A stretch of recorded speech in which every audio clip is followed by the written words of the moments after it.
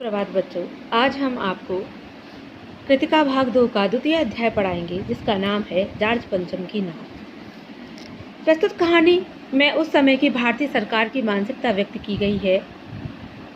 वर्षों से हम जिसके गुलाम रहे, उन अंग्रेजों के भारत से चले जाने पर भी हमारी मानसिकता परतंत्रता की बनी हुई है। ब्रिटेन की यानी अकड़ इतनी है कि वहाँ की रानी एलिजाबेथ के भारत आने पर अपने काम काज छोड़कर उनके आगमन की तैयारी और स्वागत में संपूर्ण सरकारी तंत्र लग जाता है। जॉर्ज पंचम की टूटी नाक लगाने के लिए अपनी नाक कटाने को तत्पर दिखाई देता है, यानी उसकी इज्जत बढ़ाने के लिए, वह अपनी इज्जत घटाने के लिए यानी अपनी इज्जत दांव पर लगाने को तैयार हो जाता है। इस प्रकार रचनाकार कमलेश्वर जी की यह व्यंग प्रधान कहानी है।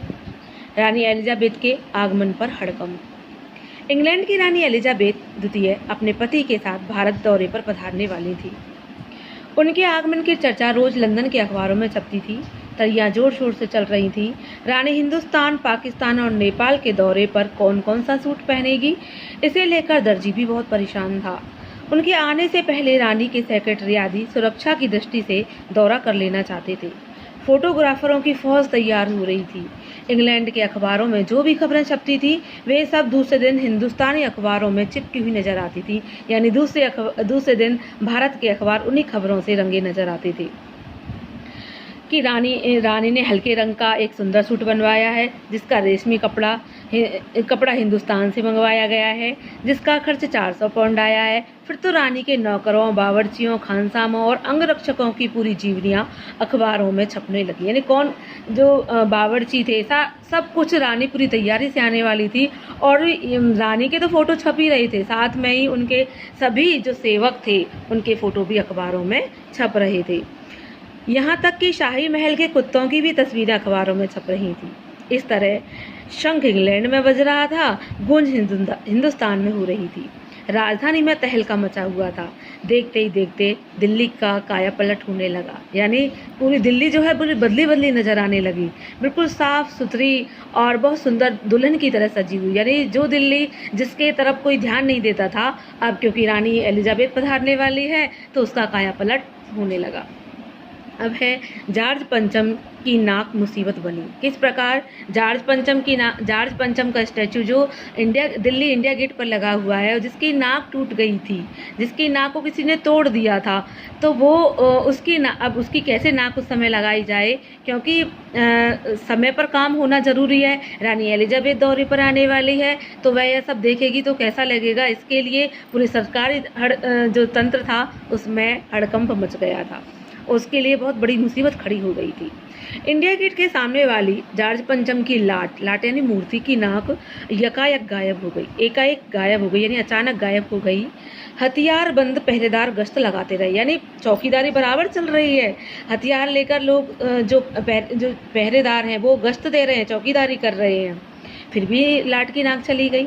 हिंदुस्तान के जिन लोगों की नाक मूर्तियों से गायब हो गई थी, वे तो अजायब घरों में पहुंचा दी गई थी, किंतु रानी आए और जॉर्ज पंचम की नाक ना हो, यह कैसे हो सकता है। चिंता बढ़ी, इसके लिए मीटिंग बुलाई गई। सभी चिंतित थे कि यदि नाक नहीं तो हमारी नाक नहीं रह जाएगी, यदि लाट की नाक नहीं है तो हमारी इज्जत भी कहाँ रह जाएगी। मीटिंग में हुए निर्णय के अनुसार एक मूर्तिकार को दिल्ली में हाजिर होने के लिए हुक्म दिया गया। एक मूर्तिकार को बुलाया गया। मूर्तिकार उपस्थित हुआ। उसने सभी उतरे हुए चेहरे देखे। उसने देख लिया सभी के उतरे हुए चेहरे हैं, यानी मुसीबत इनके लिए ये बहुत बड़ी है, तो इसका मैं फ़ायदा उठा सकता हूँ। उनकी बुरी हालत देखकर मूर्तिकार की आंखों में ही आंसू आ गए। इतने में ही मूर्तिकार को एक आवाज़ सुनाई दी, मूर्तिकार, जॉर्ज पंचम की नाक लगानी है। मूर्तिकार ने हामी भरी कि नाक लग जाएगी, पर मुझे बताना होगा कि इस लाट का पत्थर कहाँ से लाया गया था, यानी मूर्ति का पत्थर कहाँ से लाया गया था। यह सब सुन सब हुक्कामों ने एक दूसरे की ओर देखा। अब सारे जो सरकारी जो तंत्र था, यानी जो शासक थे, वो एक दूसरे के अधिकारी थे, वो एक दूसरे की ओर देखने लगे, और क्लर्क को बुलाकर उसे काम सौंपा गया कि पुरातन यानी ऊपर का अधिकारी नीचे वाले अधिकारी को एक दूसरे पर काम ट्रांसफर करते रहते हैं। तो सब हुक्कामों ने एक दूसरे की ओर देखा और क्लर्क को बुलाकर उसे काम सौंपा कि पुरातत्व की फाइलें देखकर पता लगाओ कि यह लाट कब कहाँ बनी और पत्थर कहाँ से लाया गया। यानी यह काम सारा क्लर्क को सौंप दिया गया कि तुम्हें ये पता लगाना है कि यह मूर्ति कब बनी, कहाँ से पत्थर लाया गया, किसने इसको बनाया। क्लर्क ने सभी फाइलें छान मारी पर कुछ पता नहीं चला।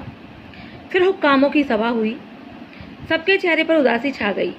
फिर एक कमेटी बनाकर उस नाक की जिम्मेदारी उस पर डाल दी गई। अब उसके लिए एक समिति बनाई गई अलग से, और क्योंकि जब क्लर्क को कुछ पता नहीं चला तो एक समिति बनाई गई कि समिति इससे संबंधित निर्णय लेगी।